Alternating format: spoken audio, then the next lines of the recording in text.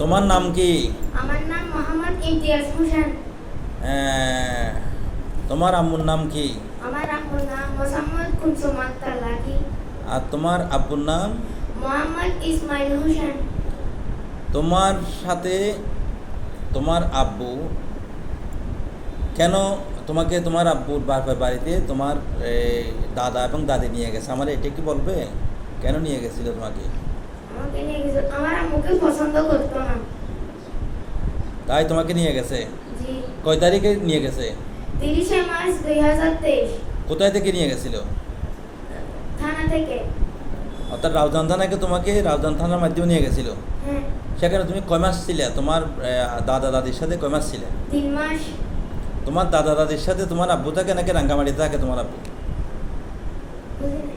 তোমার আব্বুর সাথে তোমার আব্বু কি রাঙ্গামাটিতে থাকে নাকি তোমার দাদা দাদির সাথে পূর্ব গুজরায় থাকে? রাঙ্গামাটি।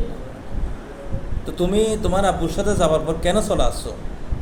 আমাকে ওইখানে অত্যাচার করতো, খাবার খাইতে দিত না, ঘুম যাইতে দিত না, মারধর করতো। স্কুলে যেতে দিত? না। কে কে করতো এগুলো? মারধর বা খাইতে দিত না, এগুলো খেয়ে করতো যেগুলো? আমার দাদি আর ফুফি। তোমার দাদির নাম কি?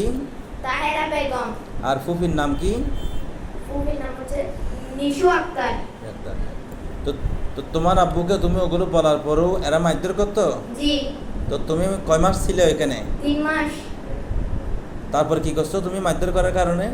আমি পালিয়ে এসেছি। তোমার আম্মুর কাছে চলে আসছো। এখন তুমি তোমার আম্মুর কাছে ভালো আছো নাকি তোমার আব্বুর কাছে ভালো থাকতা? আমার আম্মুর কাছে ভালো আছে।